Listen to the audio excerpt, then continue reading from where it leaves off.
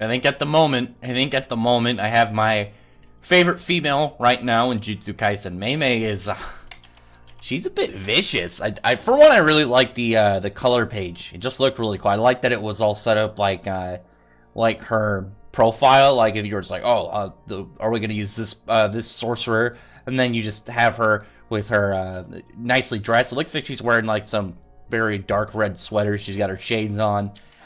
Just looking badass. But I mean, the chapter, funny enough, starts out not with her. Like it begins where we had with Choso and Yuji and all that. Choso was like, oh, what exactly, did my brothers say any words before they died? And Yuji's like, oh no, nothing. But I'm actually surprised because I didn't think Yuji for a second would remember.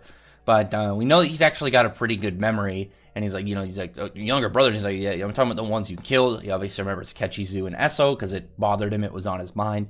And he's like, no, not really. But they did cry. And you can see that obviously bothered the hell out of Choso. And the line on his nose actually started to kind of like flare up. And instead of just being like some clear-cut line, it became like this weird, bubbling, like black, like blotch mark. And now he's pissed. He's like, I'm take a good look. He's thinking to himself, Eso and Kechizu, take a good look because this is your older brother. And he's looking pissed, and he's got like this kind of skeletal look behind him out of blood. It's gonna be badass. I am super excited for that fight. I'm hoping this is gonna be like Yuji's big solo 1v1 because he hasn't had like a lot of like big 1v1 fights in the series. I've mentioned that a couple times because a lot of Jujutsu Kaisen up until recently, there was Yuji got spotlight, but there were big chunks where like Megumi felt like was the main character for a bit, and same thing obviously with Satoru and the whole flashback. But now it's back, and Yuji is going to be getting a lot more of the main character spot that obviously he's the main character, so he should be getting. But we peered back to Mei Mei and the Smallpox curse, super spooky decision to like give him specifically that, and then the design as well. I mentioned I do like the design. But you just see like that like weird stone that was dropped on her, and the dude's counting. He's like 3, 2. Mei Mei just busts out of the rock, goes into attack, but gets locked up in another coffin. And she's like thinking about how exactly this power works. Like she gets trapped in a coffin. The big rock goes and slams down on top of it, drives it underground. And there's a 3 count, 3, 2, 1, and so obviously, she's figuring out these are the conditions for this fight. And if the countdown goes all the way to 0, then she's like, oh, I'll probably die of the disease, and that'll be it for this fight. So she's just trying to figure out exactly what she needs to do. Clearly, she's smart enough to deduce it after seeing it a couple times, and she's like, now I just gotta figure out how to get close enough to him and attack him without constantly getting caught. It seems like the coffin like forms around it. Like from what we can tell, the like large rock will drop on top of it, but the coffin itself will like form around her. She'll just be inside it. It'll just appear.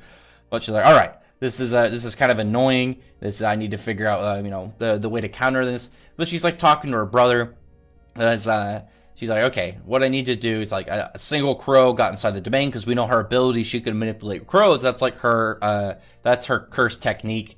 She's obviously very physically capable of fighting. She's got her axe and whatnot, but what her special power is she can manipulate these crows and see through them and stuff. And she's like, what I need to do is I need to make her brother. She's like, I need to make my brother a target, and so the guy will focus on her. She's like, she says it probably chooses the person with the stronger curse power within the domain, and she wants to try and switch it so he's gonna clearly have to play target. And he's like, hey, are you willing to die for me? And the dude's like, yeah, of course, it'd be my pleasure to do so. And he ends up just flexing his curse power. The coffin appears around him, but it's like, okay, goes to the count, but nothing happens. Again, the cursed spirit is kind of confused by it. He's like, why exactly is this? Why exactly is nothing working? And there was the question. Obviously, when Mei Mei showed up in this whole arc, it was like, okay, what exactly is the reason she brings her brother? Is it for like praise, or does he have his own kind of use?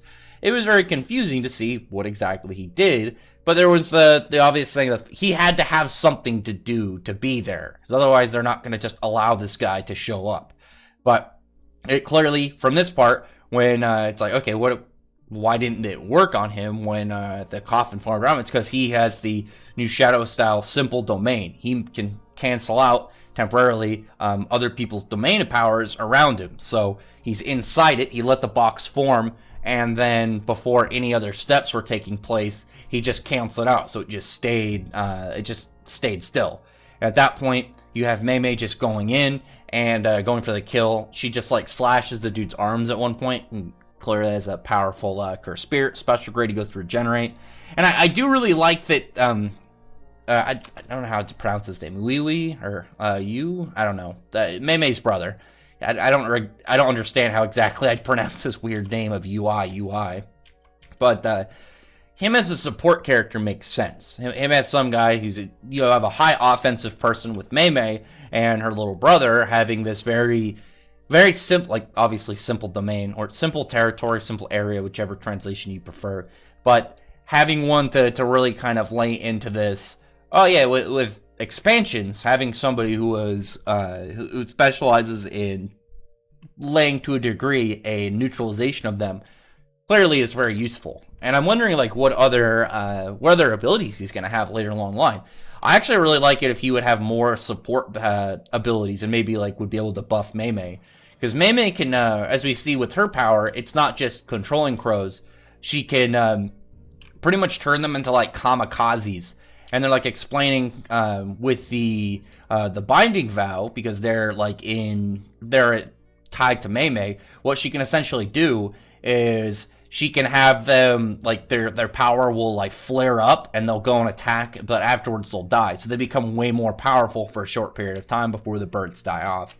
So I imagine Mei Mei when you have a lot of birds around it, and it was really cool because it was like she can do this with one bird, and then and then at the end when she has a bunch of her crows all around, it makes sense of why she now is going to be way more powerful. She's got more of these, but they're limited. She's only got so many of them, and each of these birds only has one go. So I think her power is really interesting, because I thought it was just going to be support, and then she goes to attack, but it makes sense with the whole binding contract. Obviously, you can make things more powerful with it. It's unfortunate for the crows, but I mean, obviously, it's just how power works, and really what's going to go on with how she fights.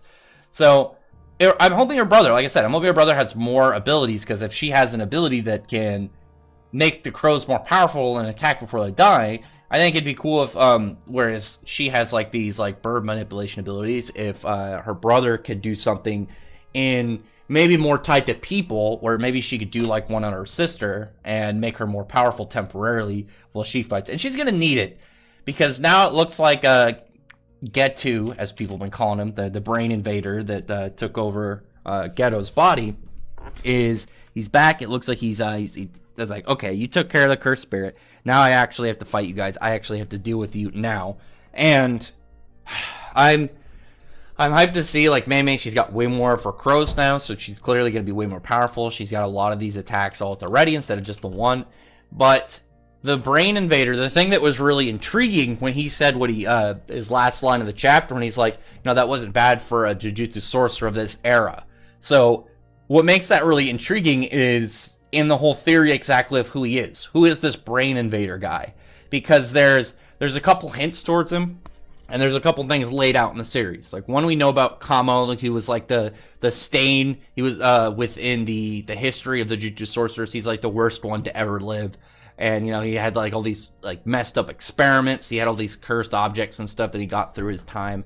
And he's actually tied to Choso, Eso, and Kechizu, and all of those cursed objects from that woman and all her like weird cursed abortions. But that guy obviously being laid in, and then there's a comment way early in the series with Hanami, where the guy in Geto's body, the brain invader, he seems to not be a curse, because he talks down to the curses. He seems to not really care for him.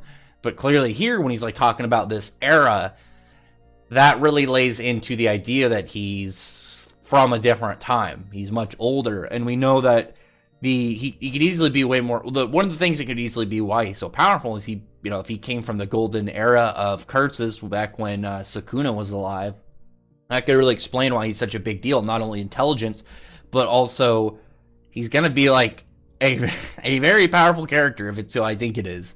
And I think that's pretty much the only option right now, because we have like a cast of characters, but I think out of like the far end, like further back lore, Kamo and Sukuna are the only characters, at least off the top of my head, I can think of that are like in the history, like not of this day and age, like old powerful guys that, you know, it's like, oh yeah, these guys are, you know, they were infamous in their time. Well, it's legends, but legends would sound a little positive. Infamous in their time.